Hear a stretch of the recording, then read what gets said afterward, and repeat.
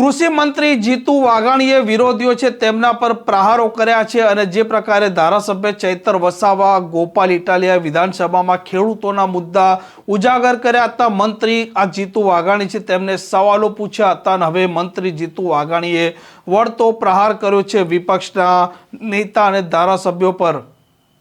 વૈષ્ણવજન તો તેને કહીએ જે પીડ પરાઈ જાનાને રે.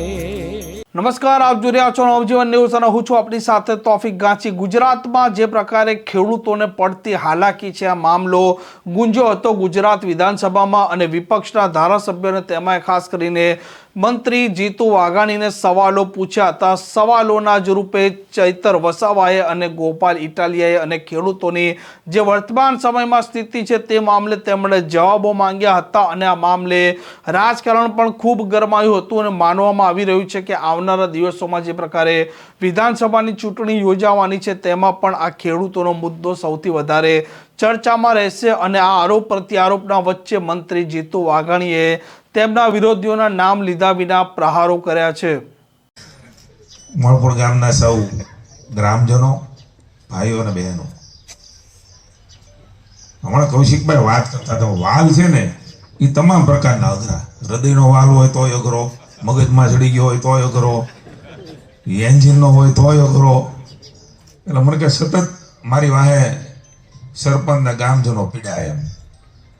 કૌશિકભાઈ જિલ્લા ભાજપના પ્રમુખ હતા, એ પેલા મહામંત્રી હતા ત્યારથી ઓળખું છું. એમની ઉત્સાહ, એમનો ધગશ, એમની આવડત, એમની સૂઝબૂઝ અને એમના કારણે એણે એક વાત કરી કે વાલ માટે અમારી વાહે પડી ગયા એમ.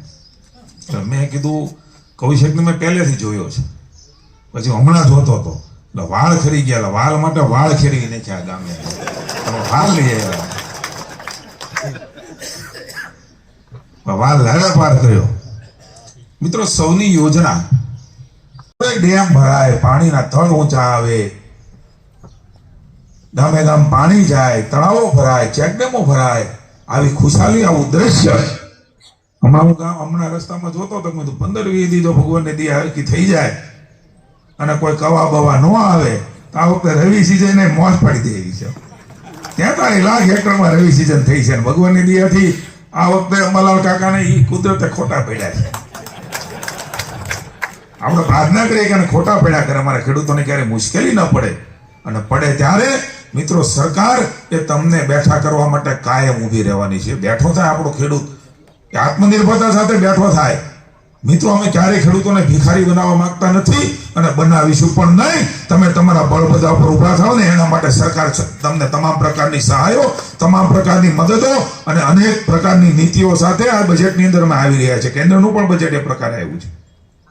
ખેડૂત કેવી રીતે બેઠો થાય, એનો મનોબળ ન તૂટે એના માટેના પ્રયાસો કરી રહ્યા છે. ત્યારે મને આનંદ છે અને આવો આનંદ ને ખુશી છે. તમારા ગામમાં જો ને, એક બાજુ કૌશિકભાઈ કે એક બાજુ આપણે સહાય આપી, બીજી બાજુ ખરીદી. હજી તમારા સહકારમાંથી આંકડા લેવાના છે, યાર્ડમાં કેટલું ગયું આ ગામમાંથી. અમે તો 35% ખરીદતા હતા. પણ મિત્રો, આનંદ ને ખુશીની વાત છે કે ગામની અંદર આ પ્રકારે ખેડૂતોની ખુશી અને એનો આનંદ. અને એટલા માટે જો કહું છું બધાને ખોટા પાડી દીધા. કેટલાય લોકો યાત્રાઓ કાઢી, બોલો કિસાન હિત યાત્રાઓ. નથી ન કિસાન, નથી એનું હિત. પોતાના હિત માટે નીકળેલા લોકોને કિસાનો ઓળખી ગયા છે. મોલપર ગામ અમને અમરેલી જિલ્લો ગુજરાત ઓળખી ગયું છે. એટલા માટે હું આપને અભિનંદન આપું છું, પુનઃ એકવાર ભરોસો આપું છું કૃષિ મંત્રી તરીકે. તમારી બાજુમાં પહેલા ઉભા હતા, અત્યારે ઉભા છીએ અને ભવિષ્યમાં પણ તમે બધા સુખચેનથી જીવી શકો, સુખચેનથી રળી શકો, ખેતી કરી શકો, અન્ય વ્યવસાય કરી શકો. કાયદો અને વ્યવસ્થાની સ્થિતિમાં પણ આ ગામડાઓ એ આબાદ રહે. એના માટે ભારતીય જનતા પાર્ટીની સરકાર તૈયાર છે.